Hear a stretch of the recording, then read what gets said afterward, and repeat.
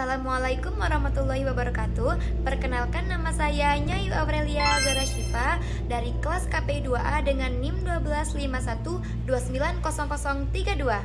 Pada challenge mata kuliah Etika Filsafat dan Komunikasi, saya memilih challenge membaca buku, membaca Al-Quran, dan juga melaksanakan sholat tahajud selama 10 hari berturut-turut.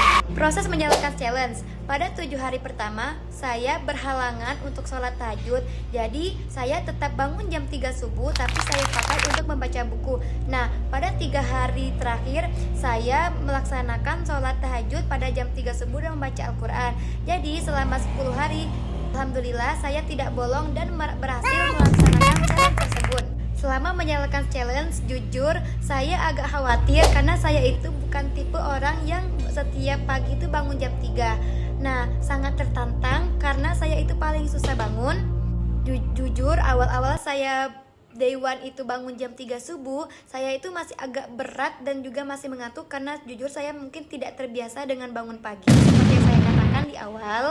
Namun saya berusaha disiplin dengan memasang alarm dan tidur lebih cepat agar saya bangun tepat waktu. Dampak setelah menyelesaikan challenge.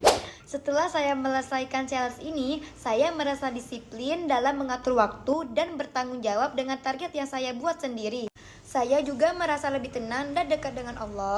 Dan saya menyadari bahwa kebiasaan yang baik akan terlaksanakan jika kita emang benar-benar melakukannya dengan konsisten setiap hari. Tips dari saya sebenarnya sederhana, yaitu konsisten. Kita tidak harus langsung sempurna. Itu carilah kegiatan yang emang kita sukai. Contoh seperti membaca buku yang kita sukai, atau melakukan hal kegiatan yang kita sukai seperti membaca atau melukis atau hal bermanfaat lainnya. Ketika kita melakukan prosesnya, kita tidak akan merasa terbebani karena itu adalah kegiatan yang emang paling kita sukai.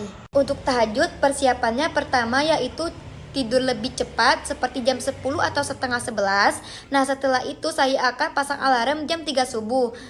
Nah, dan yang paling penting adalah ketika kita malas, kita harus lawan kemalasan tersebut. Karena musuh terbesar manusia adalah hawa nafsu, dan tidak ada yang bisa melawannya selain diri kita sendiri. Maka lawanlah rasa malas tersebut. Saya belajar dari challenge ini bahwa perubahan besar tidak diikuti dari langkah besar, tetapi langkah kecil kita yang ambil hari ini akan menjadi keberhasilan kita di masa depan. Saya berterima kasih kepada dosen saya, Pak Parudin, karena telah memberikan challenge tersebut dan melatih saya agar saya bisa lebih tepat waktu dan konsisten jika saya ingin. Bagi teman-teman yang ingin berubah di luar sana, semangat, karena usaha tidak akan mengkhianati hasil.